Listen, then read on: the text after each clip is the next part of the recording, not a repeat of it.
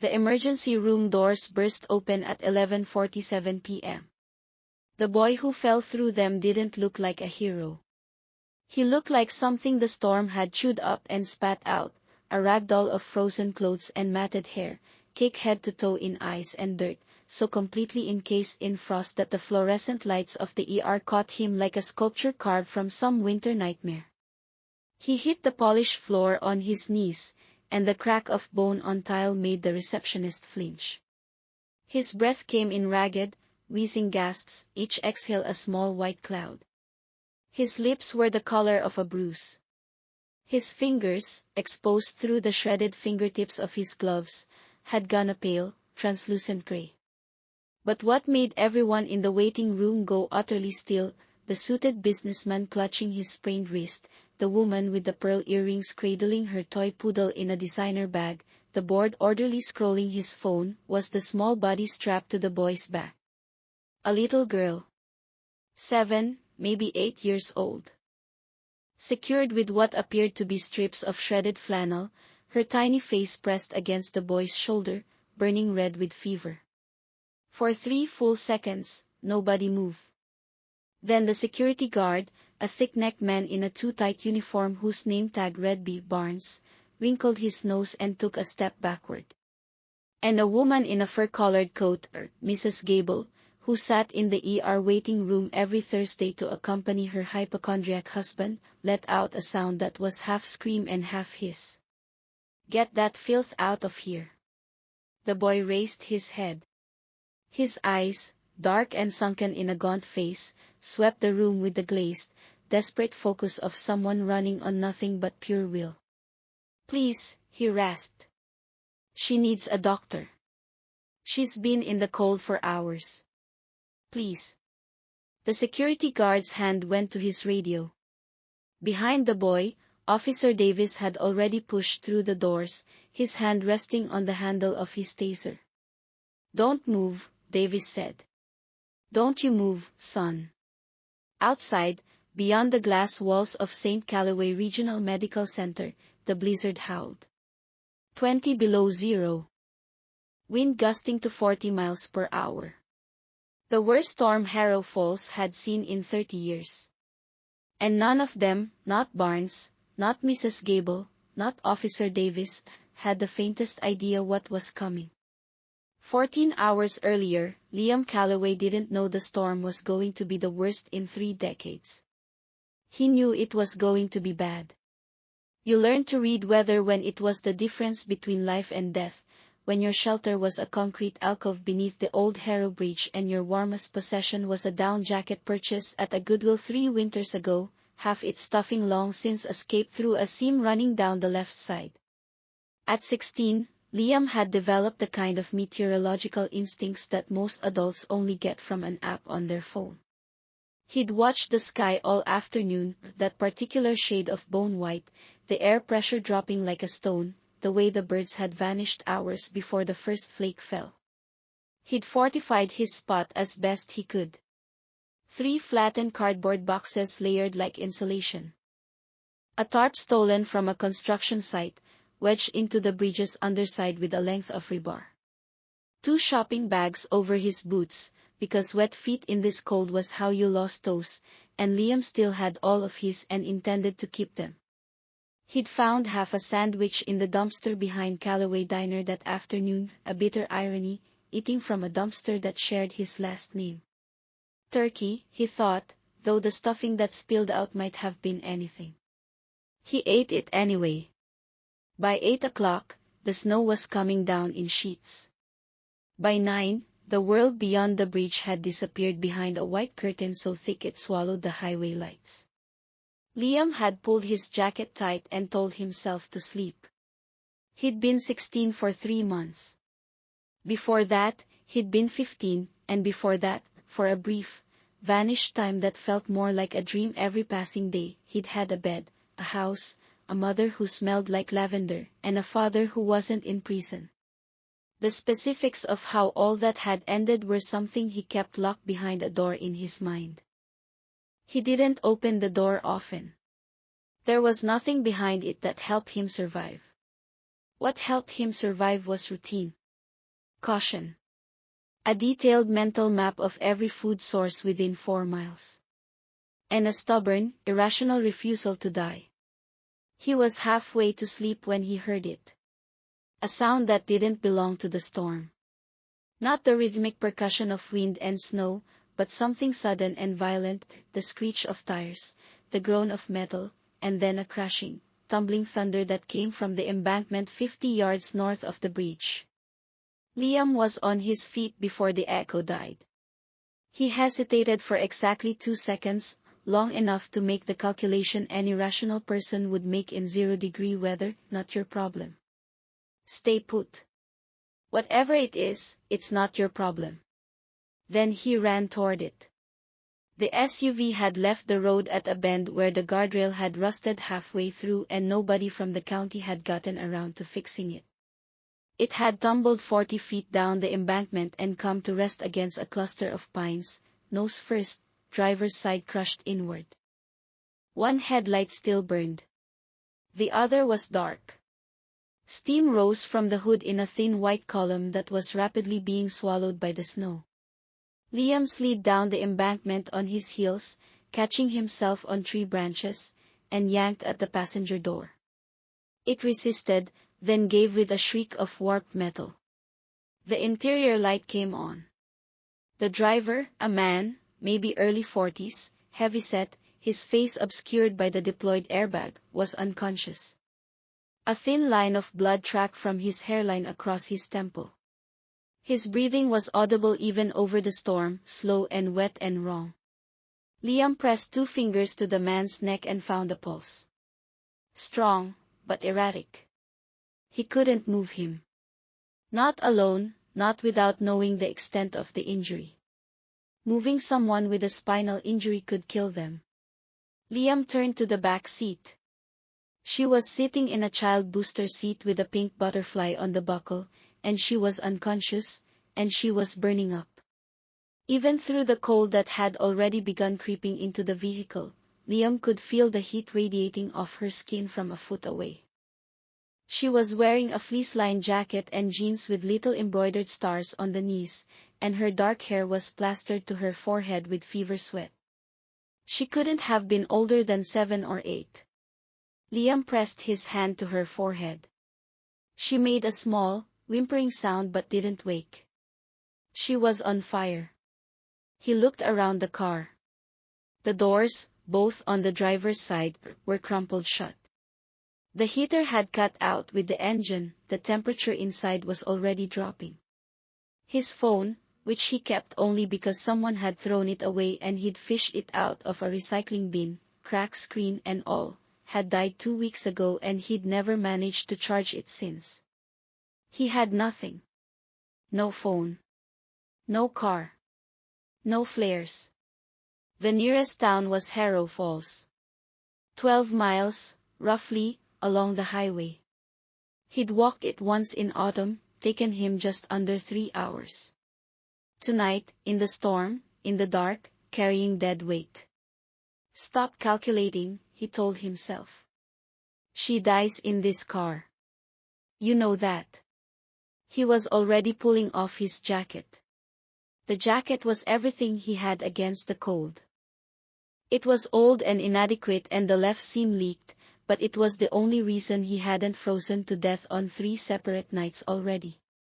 Without it, in this weather, he would have maybe 2 hours before hypothermia began to seriously compromise him. He wrapped it around the little girl. He found a wool blanket shoved under the front passenger seat, thin, barely adequate, but it was there, and layered it over the jacket. He found 2 bungee cords in the trunk and fashioned a crude carry harness, looping them through the blanket and securing the girl to his back. She stirred as he lifted her, mumbled something unintelligible, and subsided. "I've got you," Liam said, though his voice was nearly gone already, stolen by the cold. "I've got you. Hold on." He climbed back up the embankment into the howling dark. The first mile was almost manageable. He told himself this as he walked, almost manageable, and made himself believe it.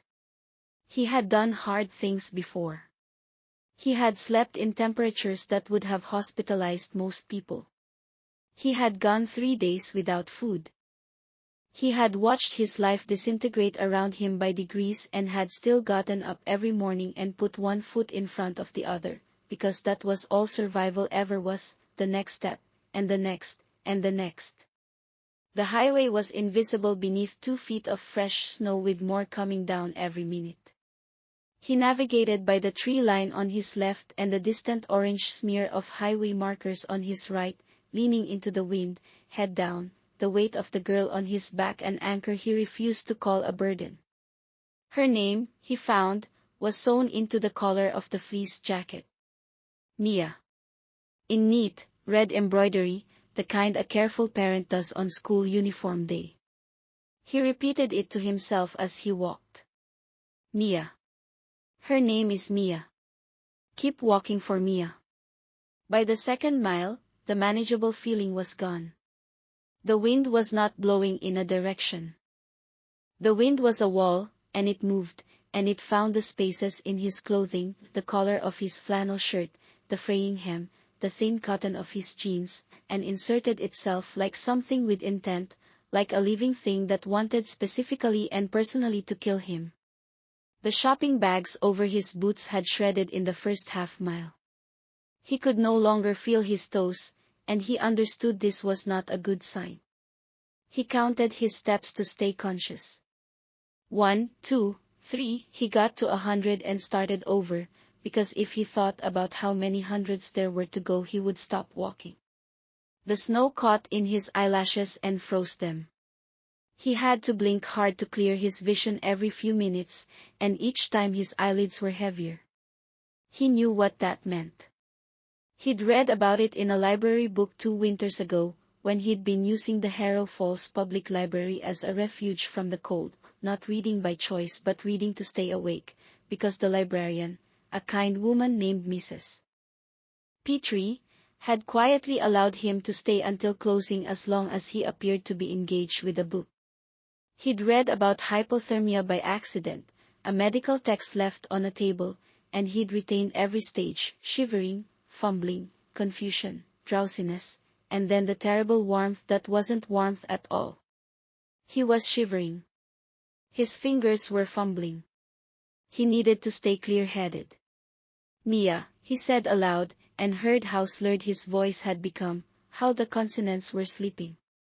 Mia, you doing okay back there? She made a sound. Still alive. Still burning with fever. The warmth of her body against his back was the one small mercy, like carrying a coal, he thought. They were keeping each other alive, however marginally. By the 4th mile, the hallucination started. They were mild at first, shadows at the periphery of his vision that resolved into trees, shapes in the blowing snow that almost formed faces. He knew what they were. He told himself they weren't real and walked through them. At some point around the 5th mile, his mother appeared. She was walking beside him, which was impossible, because his mother was in a treatment facility 4 states away and had been for 2 years. But there she was anyway, in the lavender sweater she'd worn every Sunday, her dark hair loose around her shoulders, her face full of a grief so enormous it had no bottom to it. "Baby," she said. "Baby, you can stop. You've done enough." "No, I haven't," Liam said, and his voice was barely a whisper. "You're dying." "Not yet." She walked with him for a while, saying nothing. Then she was gone, and he was alone in the dark with the wind and the snow and the small burning weight on his back, and the only sound in all the world was the crunch of his own footsteps and the low, furious voice of the storm. The town lights appeared at what he estimated was mile 8, a warm amber smear low on the horizon, barely distinguishable from the storm. He fixed his eyes on it and stopped counting steps and just walked toward the light, the way every creature in the history of the world had walked toward light when the dark became too much. The highway picked up here, and twice he heard cars, but they were going the wrong direction and moving fast in the storm, and he was invisible in the darkness beyond the road's edge. He tried to wave once and nearly fell. He stopped trying to wave and concentrated on walking. Somewhere around mile 10, Mia stirred against his back and said, clearly and with great conviction, "Daddy." "I know," Liam whispered. "We're almost there. I'm going to get you to your daddy." She subsided. But the word rang in him like a struck bell, and he walked faster. The last 2 miles were a blur. He remembered the glow of streetlights. He remembered asphalt under his feet instead of snow-buried highway. He remembered passing the Harrow Falls city limit sign, and the ornate Christmas lights strung in the oaks along the town's commercial strip. The town had refused to take them down even in February, because it made people feel better, and thinking, with the last coherent piece of his mind, Mia. Get Mia inside. He remembered the glass doors of St. Callaway Regional Medical Center. He didn't remember pushing them open. But suddenly he was on the floor of the waiting room, and the fluorescent light was everywhere, and there were people, so many people after so many hours of being utterly alone, and his knees gave out. "Please," he heard himself say. "She needs a doctor." The first thing Security Chief Barnes did was pinch his nose. The second thing he did was step back. The third thing, and this, Liam would think about later, when he had the capacity to think, the third thing was reach for his radio instead of the phone to call a nurse. "Sir, I'm going to need you to." "She's sick," Liam said. His voice was unrecognizable to himself, thick, slurred, barely functional. He was still on his knees. He couldn't seem to get his legs to work. "The girl. She has a fever. High fever. She's been out in the cold." "Sir." Barnes's voice had the particular flat disdain of a man who had decided this was not his problem. He was looking at Liam the way Liam had been looked at so many times, the rapid top-to-bottom assessment that calculated, in seconds, the cost of a person's coat and the cleanliness of their face and the sum total of their apparent social worth, and found the number approaching 0. "This facility is not a shelter. If you need to. She's burning up. She's a child. Get a doctor." From across the waiting room, Mrs. Gable stood up. She was wearing a long coat of deep burgundy wool, and she carried herself with the particular authority of a woman who had never been told no by anyone she considered beneath her, which was most people. "Barnes," she said, crisply, as if calling a dog. "Get that away from the other patients. It's practically feral. God only knows what it's carrying." The businessman looked up from his phone. The woman with the poodle clutched her bag tighter. An elderly couple moved to the far side of the room with the shuffling urgency of people who don't want to be involved but definitely are watching. Liam looked up at Mrs. Gable. He understood, in his hypothermia-blurred state, that she was the danger in this room, more immediately dangerous than the cold, because the cold was honest and she was not. "This girl," he said, slowly and with enormous effort, "needs medical attention right now. She has a very high fever. She was in a car accident. Please. Where did you get that child?" Mrs. Gable's voice had shifted. It had taken on a new quality, sharper, with something underneath it that Liam recognized too late as the tone of someone constructing a narrative. "Barnes, call the police. I know whose car that girl belongs to. I know that child's face. Get the police." "Ma'am?" "Now, Barnes." A nurse appeared in the doorway to the triage area, drawn by the noise. She was young, mid-20s, with a clipboard. Her eyes went from Barnes to Mrs. Gable to the frost-covered teenager on the floor, and something in her expression cracked open toward the correct response, child in distress, help first, but before she could move, Barnes had stepped in front of her. "I'll handle this," he said. He produced a set of zip-tie restraints from his belt. "Sir, I'm going to ask you one more time to stand up and remove yourself from this facility, or I will be forced to." He's lying on top of a sick child, the nurse said, her voice sharp with alarm. Why hasn't anyone called? The child is secured to him, Mrs. Gable said. He tied her to his back. Barnes, for God's sake. The doors to the ER banged open and Officer Davis walked in, and the bottom fell out of Liam's world.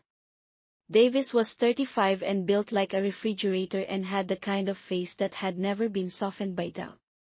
He took one look at the situation, the shivering vagrant on the floor, the girl on his back, Mrs. Gable pointing with one manicured finger, and started nodding before anyone spoke.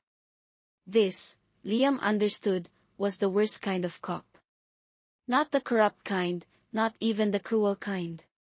The incurious kind. The kind who walked into a room and filled in all the blanks before he'd heard a single word. This him? Davis said to Barnes. That's him. She says he was in the Whitmore vehicle. Davis looked down at Liam. The black Escalade registered to Derek Whitmore? You were in that vehicle? I found it, Liam said. It crashed. On Route 9, by the bridge. Found it. Davis's voice carried the quotation marks. He looked at Mrs. Gable. You know the Whitmore family, ma'am? Derek and I go to the same club. That little girl is his daughter. Mrs. Gable's voice was perfectly modulated, concerned, civic-minded, the voice of someone doing the right thing. I recognized the jacket. Mia Whitmore. Derek must be, she paused, hand going to her mouth. Oh God. What did he do to Derek? I didn't do anything to anyone, Liam started. He's got the girl tied to him, Barnes offered. Wouldn't let her go. I was carrying her. On your feet, Davis said. Not asked. Told. Liam's legs would not cooperate. He put one hand on the floor to push himself up and his arm buckled. The hypothermia had his muscles now, the tremors had graduated from shivering to something more structural, something that was eating him from the inside. He got to one knee. He felt the girl shift on his back and made a sound, a strangled, involuntary grunt of pure protective instinct. Don't take her off me, he managed. Not yet. She'll get cold again, she needs. Davis's hand wrapped around his arm and yanked. Liam came to his feet and his legs gave immediately, and Davis's grip was the only thing keeping him upright, and it was not a kind grip. It was the grip of a man removing an obstacle. The bungee cords bit into Liam's chest as the girl's weight shifted. He stole that car, Mrs. Gable said, her voice climbing. He stole the car, he did something to Derek, and he took the child. Ma'am, Davis said, I'll need you to make a formal statement. Happily. For the love of, the young nurse pushed past Barnes. She got her hands on Mia, checked her pulse at the throat, pulled back one eyelid with practiced efficiency, and her expression went professional and tight in the way that meant she was afraid. This child needs a room immediately. She's severely hyperpyrexic, that's a life-threatening fever I need. I'll release the child when we've secured the suspect, Davis said. Officer, she could have a febrile seizure. I will release the child. Davis's voice had the absolute flatness of a man who would rather be right than correct. He looked at Liam with the evaluating stare of someone who had already reached a verdict. You have the right to remain silent. Anything you say can. He saved her.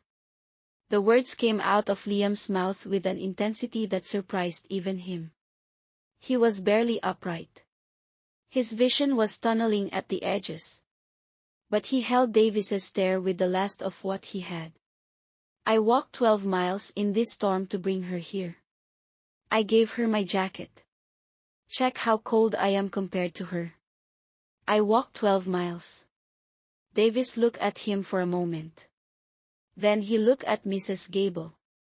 Mrs. Gable shook her head with the slow, sorrowful certainty of someone who has made up their mind in the first 3 seconds and will not be moved by anything so inconvenient as evidence. Homeless people steal things, she said, as if reading from a law she herself had written. They lie about it. That's what they do. Barnes, get that other officer in here. Davis reached for his taser. The room contracted around Liam, the hot white of the lights, the cold tile against his knees, the weight of the girl, the weight of the last 12 miles, the weight of every cold night under the bridge. Something in him, the door he kept locked, started to give way. I'm going to die in a hospital waiting room. I walked 12 miles to save her, and I'm going to die on this floor, charged with stealing a car. No. He didn't finish the thought. He hadn't thought that at the car and he wouldn't think it now. He tightened his grip on the girl, lowered his head, and waited for the taser. It was the nurse who stopped it, not by choice, and not with words, but by putting herself physically between Davis and Liam with the specific body language of someone who has decided that something is not happening on their watch. You taser this boy, she said quietly, and you taser the child on his back. Do it. I'll be your witness. Davis hesitated. In that hesitation, that 3-second suspension where the whole room held its breath, the girl on Liam's back moved. Not the small, feverish movements she'd been making for hours. A real movement. A purposeful one. Small hands pushed against Liam's shoulders. A small sound, not a word yet, just a sound, high and bewildered, and then a sharp intake of breath that the nurse heard and immediately spun toward. She's coming around, the nurse said. She reached for Mia immediately, getting her hands under the girl's arms. Sweetheart, can you hear me? You're safe. You're in a hospital. Mia's head had come up, and her eyes, dark, enormous, still glazed with fever, were moving across the room with the slow focus of someone returning from a very far place. She looked at the ceiling. She looked at the lights. She looked at the nurse's face. And then she looked at Liam. Something cracked open in her expression. Not fear, recognition. The deep, uncomplicated recognition of a child who knows that the face looking back at her is the face of someone who kept her safe. She grabbed Liam's collar with both hands. Don't. The word was thin but clear. She was looking at Davis. At the taser. And then, with the eerie perceptiveness of a feverish child, she seemed to understand the room exactly, who was a threat, who was safe, what had been happening while she was unconscious. Don't hurt him. He carried me. The room had gone completely still. Mrs. Gable's mouth was open. Sweetheart, Davis said, in a different voice, a performing voice, a voice for witnesses, this man didn't hurt you. He carried me. Her voice was gaining strength, though her temperature clearly hadn't broken. In the snow. I was in the car. It fell. He carried me. She looked at Liam, and her expression was the most composed thing in the room. For a long time. Mia, Davis started. My name is Mia Whitmore. The girl's voice, still thin, still feverish, but with a precision that silenced the room, cut straight through whatever Davis had been about to say. My dad is Jax Miller. Jackson Miller. Somebody call my dad. The name hit the room like a physical thing. Liam saw it register on Barnes's face first, a rapid, involuntary rearrangement of certainties. Then on Davis. Then, with a particular and satisfying abruptness, on Mrs. Gable. Her hand rose very slowly to her throat. Liam didn't know the name. He was 16 and homeless, and the politics of Harrow Falls were not things he'd had reason to track. But he could read a room, and this room had just changed entirely. Call him, Mia said again. Call my dad. Davis's hand was already on his phone, whether to verify the claim or to begin damage control, Liam couldn't tell. But the taser had gone back to its holster. The nurse had Mia in a chair now, wrapping a blood pressure cuff around her small arm with quiet and urgent efficiency. She glanced at Liam over her shoulder, really look at him, the way nobody in this room had since he arrived, and her expression said, without a word, "You did this. You saved her." Then someone took Liam's arm, his legs went, and the room tilted and went dark. Davis was on the phone. In the parking lot outside, the storm continued. 19 minutes. The first sound was below hearing. It came up through the floor of the waiting room, a vibration that people felt in their feet before they registered it as sound. The businessman looked down at his chair. The woman with the poodle frowned. Barnes stood up straighter. Then it crossed the threshold into audible range, and it wasn't one sound but hundreds, layered into a low, resonant thunder that built like an incoming wave. The windows of the waiting room began to rattle. "What is that?" Mrs. Gable said. Nobody answered. Because there was only one thing that sounded like that. The first lights appeared through the storm-blurred windows at the west end of the building, single headlights, then pairs, then columns, piercing the white curtain of snow with the intensity of something inexorable. The parking lot sensors, motion-triggered, began snapping on in sequence like a row of flares. By the time anyone inside understood what they were seeing, the motorcycles had already sealed the south entrance. Heavy touring bikes, Harley-Davidsons, Road Kings, Street Glides, Electra Glides moved in absolute formation despite the weather, as if weather was a thing that applied to other people.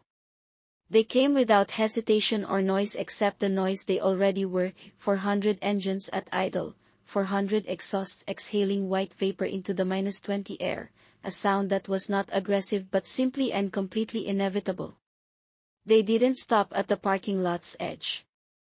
They pulled up 3 deep around the entire perimeter of the building and cut their engines in waves, starting from the west and rolling east, so that the thunder died in a sequence that was somehow more frightening than if they'd all stopped at once. Silence. Then the creak of leather. The sound of 400 kickstands. And then, one by one, the sound of boots on asphalt. The man who led them through the main entrance did not hurry. He walked at the pace of someone who has never needed to run because nothing has ever successfully gotten away from him. He was 6'3" in work boots, 250 at minimum, with the kind of physical presence that didn't require size alone. It was everything together, the breadth of shoulder, the unhurried certainty of movement, the way he wore his grief like something quiet and focused and approximately 1 degree below boiling. He wore his chapter president's cuts over a thermal shirt, despite the cold, because men like Jackson Iron Miller had a relationship with cold that was different from most people's. His forearms were covered to the wrist in ink that told a story you'd need an afternoon to read. His eyes, dark and direct, were the eyes of a man in the precise controlled state between grief and fury, or the state where decisions get made clearly. He was not alone. 3 men flanked him, VP, Sergeant at Arms, Road Captain, by their patches, and behind them, through the doors they left open to the winter, the silhouettes of 24 more, and beyond those, the shadows of hundreds. Barnes was standing in the center of the waiting room. He had positioned himself there with the instinct of a man who wants to be important in a situation in which he has absolutely no importance. "This is a medical facility," Barnes said, his voice finding a register somewhere between authority and prayer. "You can't just—" Jax Miller walked past him without acknowledgement. The sergeant at arms, a man roughly the dimensions of a filing cabinet, stopped and looked at Barnes with an expression so completely neutral it was more frightening than any glare. Barnes sat down. Jax's eyes moved across the room, past Mrs. Gable, who had discovered a sudden fascination with her own coat buttons, past Davis, who had his phone half raised as if uncertain what number to call, past the businessman and the woman with the poodle and all the ordinary furniture of a waiting room that was no longer ordinary, until they found his daughter. She was in the nurse's chair, wrapped in warming blankets, and four in her tiny arm, and she was awake, and she was alive. He went to her. He got down on his knees. A man of that size, on his knees, in the middle of the waiting room floor, it was not a diminishment. It was the most powerful thing in the room. Mia. The single syllable carried everything in it. Daddy. She was in his arms, and he was holding her with a care that his hands, built for other purposes, somehow managed entirely, the way a man holds something irreplaceable, something he came within inches of never holding again. He stayed like that for a long moment, his face pressed to the top of her dark hair, very still. Then he looked up. And his eyes, over Mia's head, found the boy who had been placed in a chair against the wall, half conscious, still barely warm, wearing nothing above the waist but a thin flannel shirt and a hospital blanket the nurse had wrapped around him. He looked at Carla. That him? That's him, she said. Her voice held the closest thing Liam had heard to respect in this room all night. He walked her in from Route 9. 12 miles. Gave her his jacket. Jax looked at Liam for a long moment. Then he looked at the room. And the temperature changed. Officer Davis had been planning, during the 6 seconds it took Jax to cross the room to his daughter, to assert authority. He'd rehearsed something involving unregistered assembly and public safety, which he'd learned somewhere and thought sounded firm without being legally specific. He didn't say it. He didn't say it because Jax Miller turned and looked at him, and something about the quality of that look, not hostile, not threatening, just attentive, with the precision of a man cataloging exactly who had done what to whom, took the words out of his mouth entirely. Jax unzipped his chapter president's cuts. He walked to Liam's chair and draped them over the boy's shoulders, over the hospital blanket, without ceremony. The leather was warm from his body. The patches, Hell's Angels MC, President, the Death's Head insignia, faced outward. He stood back and studied the boy for a moment, and some private, seismic thing moved behind his eyes. Tell me, he said to the nurse. She told him. Concisely, accurately, with the kind of clinical directness that comes from years of watching people's health compromised by other people's choices. She told him about Barnes and the zip ties. About Mrs. Gable and the accusation. About Davis and the taser. About the 12 miles and the improvised harness and the jacket now on his daughter's back. Jax listened. His face did not move much. His eyes moved to Barnes, to Davis, to Mrs. Gable, back to Liam, making the map. When the nurse finished, there was a silence long enough to have weight. Barnes broke it. Barnes, who had not yet learned, or perhaps had forgotten in his panic, that there are rooms in which the worst thing you can do is speak. I was following protocol, he said. Unidentified male with a minor, no ID, resisting. I've seen your protocol, Jax said. His voice was quiet. Enormously quiet, the kind of quiet that isn't the absence of something but the compression of it. Barnes registered this too late. I've seen, Jax continued, exactly what your protocol looks like. It looks like zip ties on a boy who walked 12 miles in a blizzard with somebody's child on his back. It looks like a taser drawn on a kid who hadn't done a single thing wrong except show up somewhere his clothes weren't the right kind. Barnes's mouth opened. Nothing came out. Barnes. The sergeant at arms, his name was Ray, though nobody had introduced him, said it pleasantly. He was standing 18 inches away and showing no particular urgency. What is it you do, exactly, when it gets cold outside? Barnes stared at him. Do you, Ray continued, with the calm of a man who has all the time in the world, put on a jacket? Maybe gloves. Go to your car. Turn the heat up. Something like that? Yes. He gave his jacket to a 7-year-old, Ray said, and walked 12 miles in 20 below without it. You want to explain to me why you had zip ties out? Barnes looked at Davis. Davis was looking at his phone. Davis had spent the last several minutes doing what every man in his position does when he realizes the axis of power has shifted irrevocably. He had called his sergeant. His sergeant had told him to stand down for God's sake.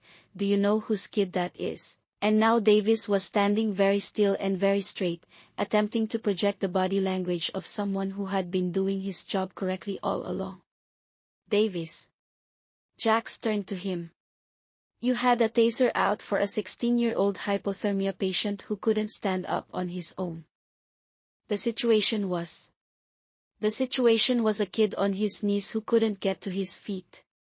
Jax's voice never rose. My club's attorney is going to be very interested in the security footage. Which I'm told, he glanced at a member behind him, who nodded, is already being preserved. Davis's jaw tightened. Sir, I was responding to a credible report of. You were responding to her. Jax looked at Mrs. Gable. Mrs. Gable had retreated to the far wall. Her burgundy coat now seemed insufficient. She was a woman who had spent 50 years moving through the world on the assumption that social weight was the same as gravity, that the people she looked down on would stay down, that the systems she moved through would always work in her favor. She cleared her throat. I was only doing what any concerned citizen. You called him a thief, Jack said. In front of a police officer. When he was on his knees and could barely speak. You made sure Davis came in with his mind already made up. He paused. My daughter was almost left in that car because of your mouth. I was concerned. Ma'am. The road captain, younger, quieter, stepped forward from the wall. He was holding a cell phone, its screen glowing. Our attorney will need a formal statement from you regarding the accusation of theft you made against a minor, which you knew or should have known was unsupported, made in front of a responding law enforcement officer. There's a specific legal term for that. I'm sure your attorney knows it. Mrs. Gable looked at the phone. She looked at the road captain's expression, which contained no anger at all, only the calm of someone who has already won and knows exactly what paperwork that requires. She looked at the 400 shadows moving slowly beyond the windows. She sat down. What happened in the next 2 hours in St. Callaway Regional Medical Center was later described, in the local paper's breathless account, as a remarkable assertion of citizen accountability. This was the paper's way of not saying that 400 Hells Angels had reduced a security guard, a police officer, and one of the wealthiest women in Harrow Falls to a state of collective, comprehensive humiliation without once laying an illegal hand on any of them. There was no violence. There didn't need to be. Barnes was walked back through the events of the last hour by the club's attorney, who had arrived by the 40-minute mark, had watched the complete waiting room security footage, and had the focused intensity of a man who had been waiting for exactly this kind of case. Barnes's zip ties were discussed at length. His 6-minute delay in calling medical staff while a severely ill child was present, clearly audible on the audio feed, was discussed in more detail. His use of the phrase, practically feral, caught crisply on the audio recording, was discussed with a thoroughness that made Barnes's face go through several colors in sequence. By the end, Barnes was sitting in a plastic chair in the corner, no longer wearing his badge, which he had been asked to remove, so there's no confusion about who it belongs to. He did not resist this request. Davis did not fare better. The conversation between Davis and his own sergeant, reconstructed from phone records, was one element. The taser draw on camera, on a hypothermic minor visually incapable of standing, was another. The attorney explained to Davis, quietly and with exhaustive legal precision, the difference between the charges Davis had attempted to bring and the charges that could now be brought against Davis, and the list was long enough that Davis sat down without being asked and did not get up for some time. He made no further statements that evening except to say, twice, that he had followed protocol, each time with less conviction than the last, the phrase becoming, by the second repetition, something he appeared to no longer believe himself. As for Mrs. Gable, she left the building at 1:15 a.m. She was accompanied to the door by two Hells Angels members who were scrupulously polite, holding the door open, standing back, offering no obstruction whatsoever. They did not touch her. They did not speak to her. They only watched her go, and the watchers behind them watched too, 400 pairs of eyes tracking her progress across the parking lot, past 400 silent motorcycles, through a corridor of men who simply looked, calmly and without malice, but who did not look away, to her car. She drove away through the still blowing snow and would not return to St. Callaway's for a very long time. Later, she would learn that the Hells Angels attorney had filed the defamation paperwork before she reached her front door. The nurse, whose name was Carla, though no one in the waiting room had asked all evening, moved through all of this with the unshakable efficiency of someone who has developed, over years of emergency nursing, the ability to work around any ambient chaos. She had Liam in a warming room within 20 minutes of Jax's arrival, 2 IVs running, the attending physician treating the frostbite on his fingers and toes with the controlled grimness of someone who was aware he had gotten there just in time. 3 of Liam's fingers would be touch-sensitive for months. He would keep all of them. Mia's fever broke at 2 a.m. Jax was beside her bed when it did. He had not left except once, to stand in the corridor outside Liam's room for several minutes, looking through the small window in the door.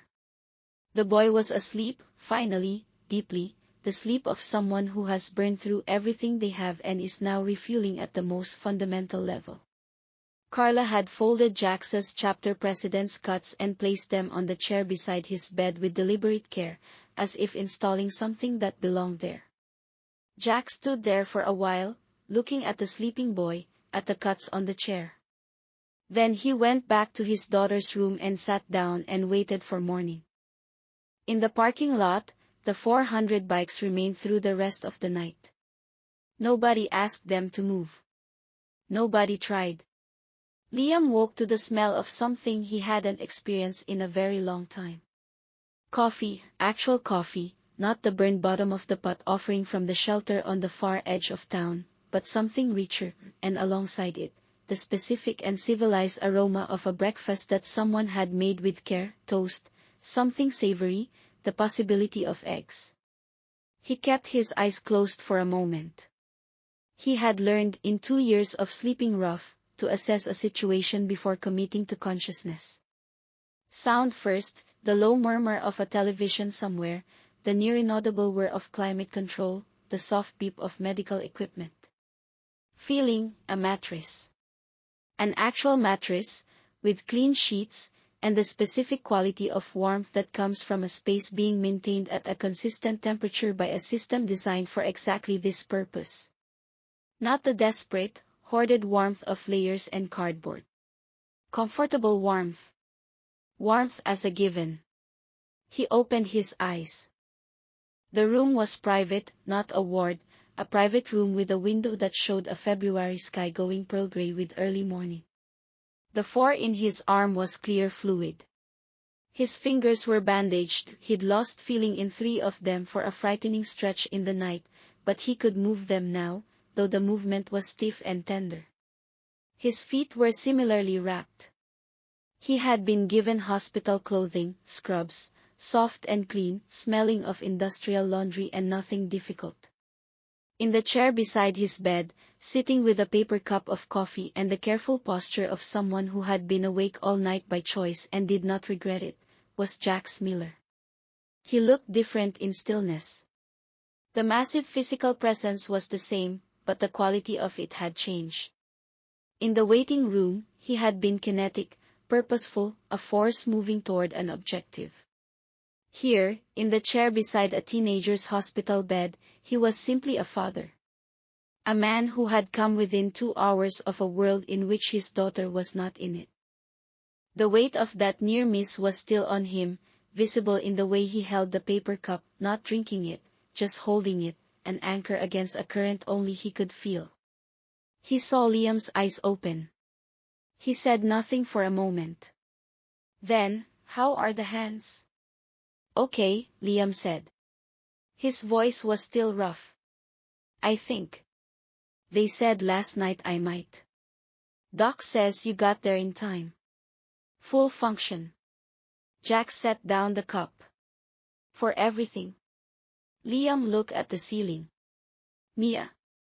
Fever broke at 2. She's been asking for you since 6.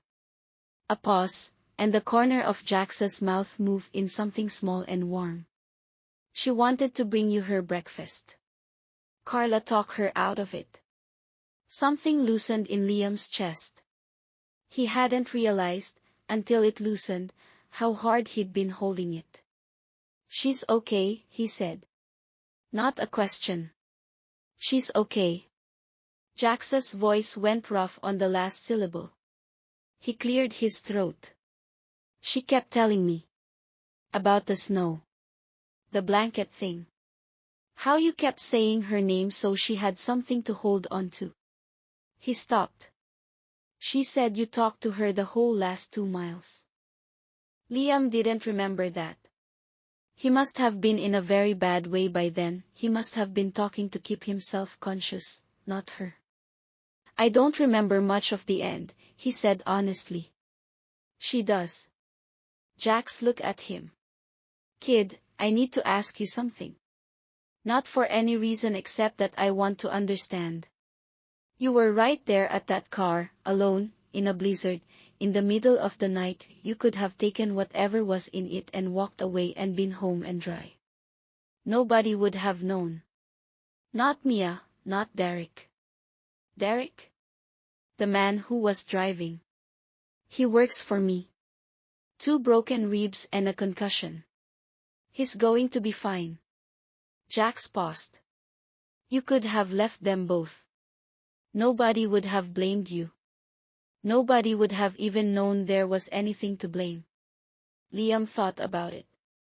Really thought, not the reflexive, socially expected answer, but the actual memory of standing at the passenger door of the crashed Escalade in the 20 below dark, with the wind building and the snow thickening and the only warmth he owned in the world already in his hands. "I wasn't going to leave her," he said finally. "That wasn't an option I considered." Jack studied him for a long time. The way he studied things, not with suspicion, but with the complete and focused attention of someone reading something important and wanting to read it correctly. "You got family?" he said. "No." The short answer. "The door stays closed. Somewhere to be?" Liam looked at him. Really looked, for the first time, at this man sitting beside his bed at 7 in the morning after having been awake all night, a man who had 399 other places he could be. "I've been under the Harrow Bridge," Liam said. "For about 8 months. Before that, a different town, different bridge. Before that," he stopped. "No. I don't have anywhere." Jax nodded slowly, as if this confirmed something he'd already known and had been sitting with. "I'm going to ask you something," he said, "and I want you to hear the whole thing before you answer." Liam waited. "What I'm offering you is a place," Jack said. "Food, a roof, safety. Not charity. I'm not offering charity, and I don't want you to hear it that way. I'm offering you a home. Mia already informed me last night in considerable detail, for a 7-year-old with a breaking fever, that you are, direct quote, her person, which means as far as she's concerned that's already settled." The corner of his mouth moved again, fuller this time.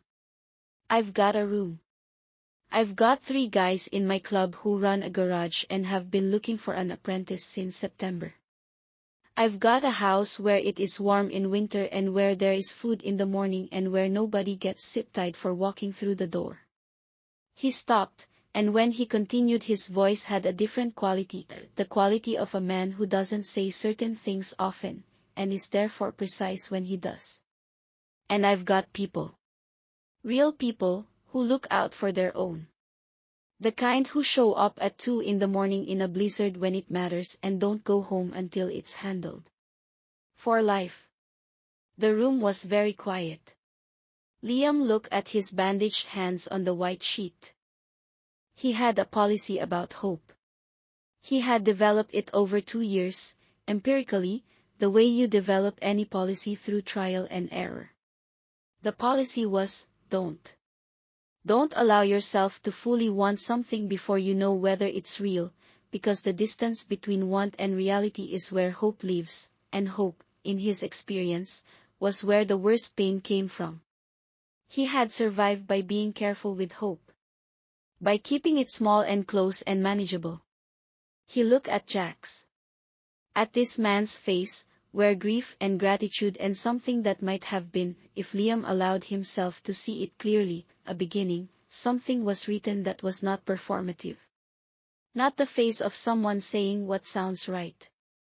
The face of someone meaning what they say with the entire weight of who they are.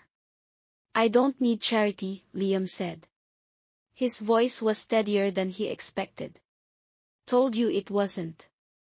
And I don't, he stopped. Started again.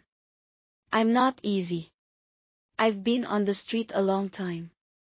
I don't always know how to do this. He gestured, the room, the warmth, the civilized normalcy of a hospital bed and a consistent temperature and a person who stayed through the night. I might be difficult. Good, Jack said, without hesitation. Difficult people are the ones worth knowing. He stood. He was enormous in the room, he filled space the way substantial people do, not aggressively but simply because they occupy more of it. He picked up his coffee cup, then set it down. What's your full name? Liam Calloway. Liam. Jax put out his hand. Liam looked at it, the tattoos, the size, the calluses, the absolute steadiness of the extended offer. Something in him, very quietly, made the leap. He took it. The guys are outside, Jack said. Most of them. Carla made them move to the side lot around 6 on account of the parking spaces, but they're there. He glanced toward the window. They're waiting to meet you. Liam looked at the window. Through the glass he could see the side lot, and even at this distance, through the pale February light, he could see the bikes. Row after row after row of them, chrome catching what little light the winter morning offered. And among them, the shapes of men, leather cuts, crossed arms, the particular patience of people who came here for a reason and intend to stay until it's accomplished. Waiting for him. He exhaled a long, slow breath that carried something out of him that had been in there a long time. Okay, he said. It was the smallest word for the largest thing. 4 months later, it was May. The highway east of Harrow Falls was a different animal in May. The winter brutality had given way to something generous, green coming back hard into the tree lines, the sky a blue that seemed to have no ceiling, the road itself appearing to have been cleaned by winter and returned, new, for the season. The kind of morning that makes you understand why people stay in places that try to kill them every February. Liam was wearing a denim jacket. New, not from a Goodwill, real new, stiff at the seams, broken in over the last few weeks of work at the garage. It had a patch on the back that was not a Hells Angels rocker, he wasn't old enough for that, and wasn't a patch member, and Jax had explained all of this with careful respect, the way you explain rules to someone you expect to have a future with. The patch on his jacket said Prospect, and it meant exactly what it sounded like, someone who had a future here, who was being seen, who was on his way. He was on a 2019 Sportster, not quite his, technically, it was the garage's project bike that had been, over the course of 4 months, substantially his to work on. Kira, the head mechanic, had let him take the lead on the engine rebuild after watching him work for 3 weeks and deciding, without announcing it, that he had the instinct. By the time the bike was running clean, it had become his by an unspoken and unbreakable logic. Jax had formalized it on a Sunday afternoon in March with paperwork and a pair of keys that he'd dropped into Liam's palm without ceremony or speech. Liam had not said anything either. He just held the keys. Ahead of him in the column, Jax's Road King was a black monolith moving through the morning with the certainty of something that had been in motion since before the road existed. Mia was not on the bike today, she had school, and she was 7, and as Jax had explained in his particular parental logic, she can ride when she can reach the pegs. But she had been there at breakfast, with her dark hair in 2 braids and her feet swinging from the kitchen stool, demanding a complete account of the planned route as if she were mapping it personally, as if she was responsible for its success. She had decided, at some point in the last 4 months, that Liam was hers in the same way that her father was hers, permanent, non-negotiable, family in the truest sense of the word, not the legal sense, not the blood sense, but the sense that matters, which is the sense made of time and presence and the knowledge that someone will come for you in a blizzard when they have to. She called him my Liam, which made Jax roll his eyes every time without fail and made Liam feel something he still didn't entirely have words for, and which he had stopped trying to name because some things are better carried than labeled.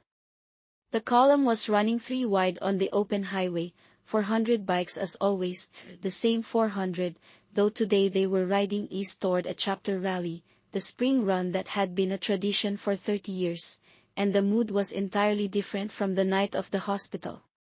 Looser. The specific, uncomplicated joy of machines and open road and people who are exactly where they are supposed to be on a morning when being anywhere feels like a gift.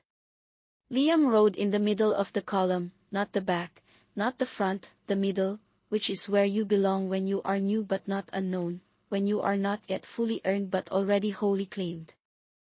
On his left was Ray, the sergeant-at-arms, who had become, over 4 months, the gruff and specific kind of mentor who communicates primarily through half-sentences and meaningful silences but who had, on one notable occasion in March, spent 45 minutes explaining carburetor theory with an enthusiasm that had surprised them both.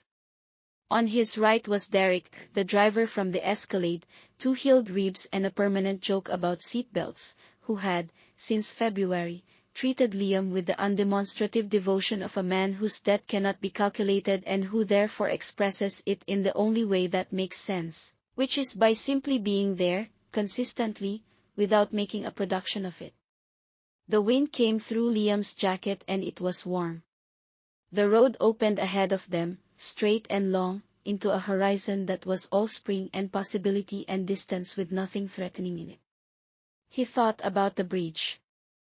He thought about the cardboard boxes and the tarp and the shopping bags over his boots and the way the wind came in off the river at 3 in the morning when the cold was at its most deliberate and personal. He thought about the walk, all 12 miles of it, the dark, the weight of a small girl on his back, and the moment he'd realized that his legs were not going to stop even if he told them to, because some things are larger than the body carrying them.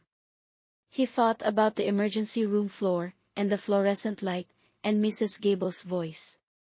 He thought about Jax's hand, extended. He thought about Mia's voice at breakfast this morning, absolutely certain, correcting something Jax had said, "That's not how it happened, Daddy." My Liam said. Up ahead, Jax raised one arm, a simple gesture, understood by everyone in the column, and the throttles opened, and the sound became enormous and good, a sound that was not noise but music if you understood the language, 400 engines saying alive, alive, alive. Liam opened his throttle. The wind hit him full in the face. His jacket rippled. The road blurred beneath him. The tree line became a green rush on both sides, and the sky was enormous, and the bikes ahead of him and behind him and beside him were a single river of chrome and iron and belonging, and he was in it, and it was carrying him, and there was nowhere in the world he was supposed to be except exactly here. He was Liam Calloway. He was 16 years old. He had walked 12 miles in a blizzard and given everything he owned to keep a child alive, and the universe, which is indifferent to most things but not, it turns out, to everything, had looked at that and said, here. He had people. He had a room. He had a bed that was his and a bike that was his and a 7-year-old who was absolutely and irrevocably his in the way that only children can claim a person, completely and without conditions. And ahead of him, the road went on for as far as he could see. He rode toward it,